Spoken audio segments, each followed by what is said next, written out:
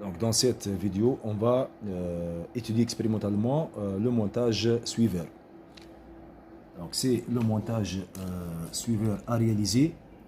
Donc, l'entrée inverseuse E- est reliée directement à la sortie S.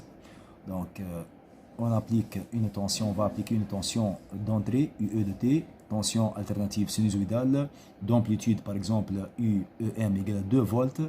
Donc, et on va visualiser simultanément les deux tensions UE de T, la tension d'entrée, et la tension US de T à la sortie.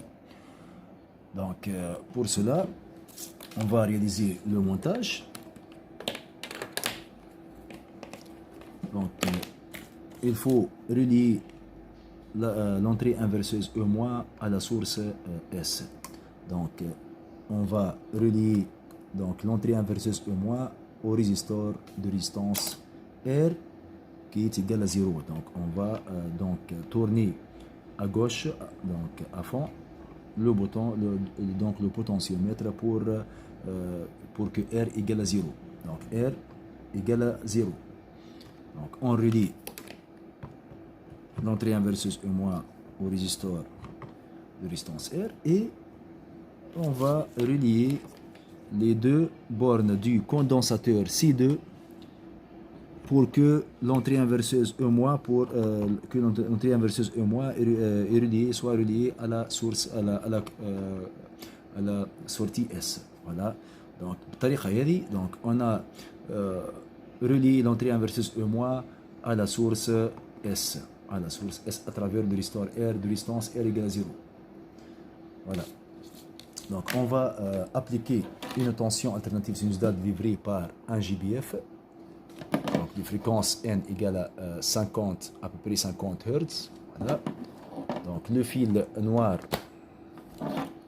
va relier la borne noire du GBF à la ligne de masse.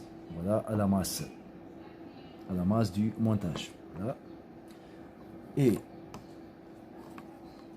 la borne rouge du GBF à l'autre borne de l'entrée. Voilà. Donc, pour visualiser simultanément la tension UE de T et US de T, on va utiliser deux chaînes d'un oscilloscope à mémoire. Donc, la chaîne A, la masse M doit être reliée, à la ligne de masse du montage. Donc, c'est voilà. Et pour visualiser la tension UE de T, la tension d'entrée UE de T sur la chaîne A, donc on va relier l'autre borne de la voie à cette voie. Voilà. Voilà. Donc on observe sur l'écran du oscilloscope une courbe en bleu. Cette courbe représente la tension UE de T, à l'entrée, appliquée à l'entrée. Voilà. Et pour visualiser la tension US de T, on va utiliser la chaîne 2 pour visualiser la tension US de T. Voilà, donc on utilise cette borne de sortie S. Voilà. Voilà. On observe sur l'écran de oscilloscope deux tensions, deux courbes. La courbe en bleu représente la tension UE de T appliquée à l'entrée, c'est une tension alternative sinusale. Et on observe une deuxième courbe en jaune, c'est la tension US de T, la tension de sortie US. Donc, les deux tensions n'ont pas la même sensibilité verticale. Donc, on doit régler la sensibilité verticale, par exemple, de la chaîne 2 pour que, les deux voies auront la même sensibilité verticale. Voilà. Donc, là, on a 2 volts par division pour la chaîne A, la tension UE de T, et 1 volt par division pour la chaîne 2, c'est-à-dire pour la tension US de T. Donc, c'est la chaîne 2. Voilà. On utilise ce bouton de sensibilité verticale.